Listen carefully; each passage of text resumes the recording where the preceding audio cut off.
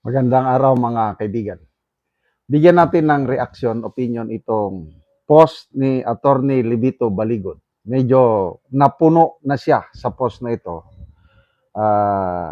Tungkol sa Tulfo Brothers, yung pagmamaliit nila sa Brave 18 Marines na tinawag nilang kargador, bagman, kung ano-ano pang mga pasaring. Hindi na daw sila tawaging Marines. Oh, sabi dito ni Attorney Baligod, Tulfo Brothers, para makatulog ng mahimbing ang mga katulad niyong walang hiya. Buwis buhay ang Band of Cargadors. Nagpakita siya ng mga pictures. Yung pinagdaanan ng mga Marines, ano?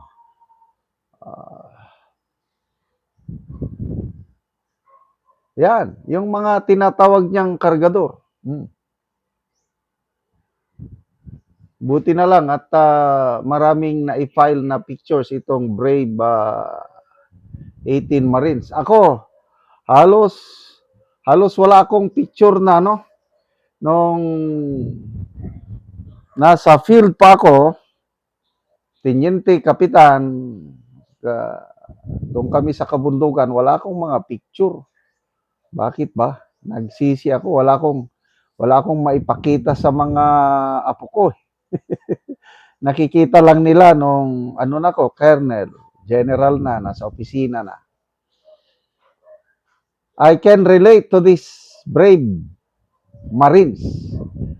Yung experience ko, dahil army ako, malayo kami. Kumpara mo yung hirap, yung labanan na napagdaanan ng Marines kontra Army, malayo kami. Kasi ang Marines, they are the first to fight. Kung saan yung pinakamalakas na kalaban, doon sila. Ganyan ang Marines. Sila yung pinaka-disiplinado. Pati training. I tell you,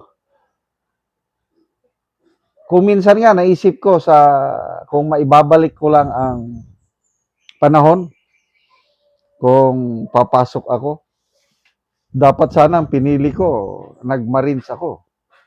Kaya lang wala kasi akong wala akong access sa Marines dahil nung nag-ROTC ako, Army yung humawak sa amin, kaya nung nag-apply ako ng military service, Army na rin. Later on ko na lang na nalaman yung gaano kadisiplinado ang mga Marines. Yung seniority nila, yung sample, a private Marines cannot associate with a private first class. Yung kanilang anong tawag doon? Yung mga ranggo. Napakatindi ang Marines, lalo na sa labanan. Na experience ko, na saksihan ko mismo kung paano lumaban ang mga Marines nung kailan to?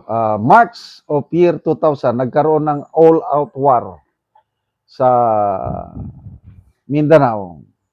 Panahon-panahon ni President Joseph Estrada. Kami, Army kami, 4th Infantry Division, hindi namin kaya sa lakas ng MILF noon. So, ang ginawa ng Armed Forces of the Philippines, nagpadala sila sa amin ng reinforcement, 1st Marine Brigade.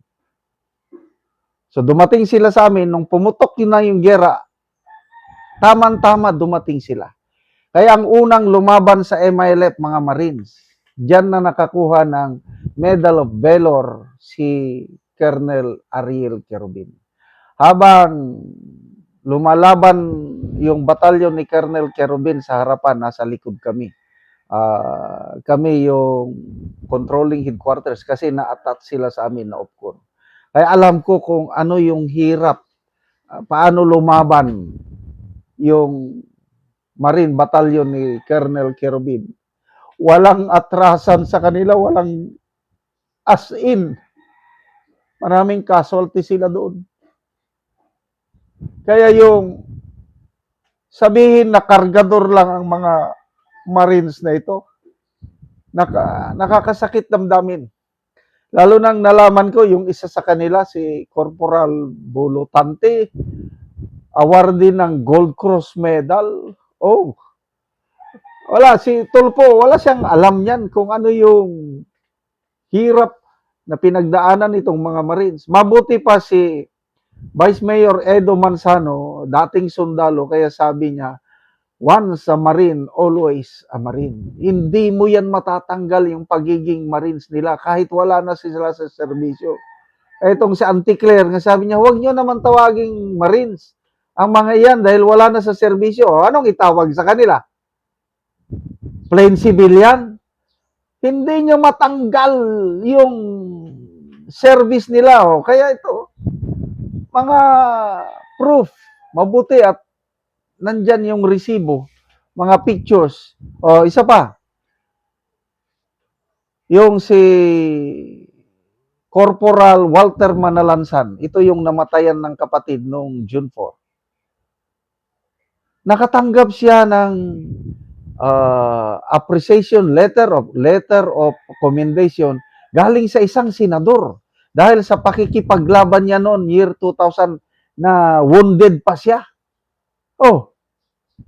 Ibig sabihin, those are proof of heroism.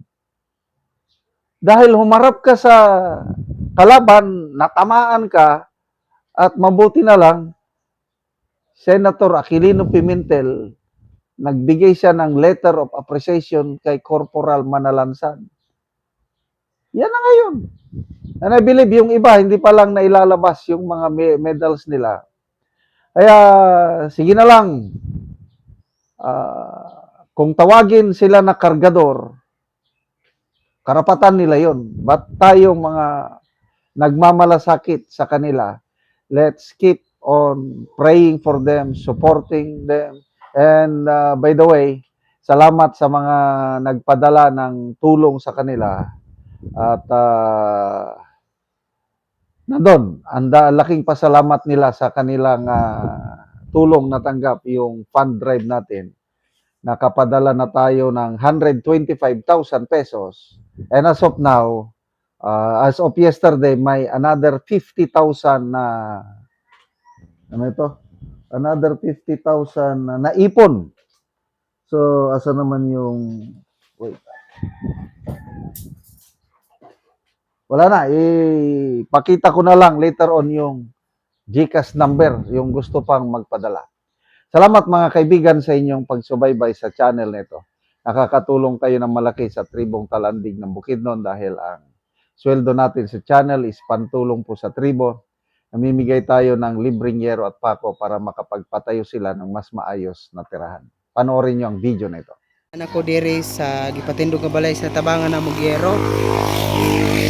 Una na ang gipatindog nga balay nga pag-atopan karon sa dinhi sa Upper Kalapat sa balay ni Nico Hinganan.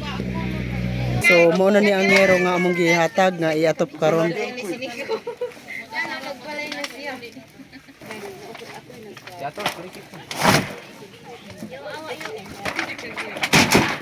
Duduk ke kapatan dan dimensin.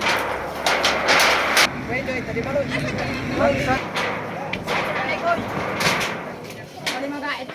Sige, sapat tayo sa.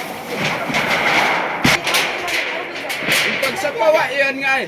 Ikaw nagdakot ka sa balay. Ikaw sana. Ayun na pag-road sa lansang. Sakton. Dito discuss tayo. Ang sinunod siya pa sa inyo taod. Ato inabay din mo.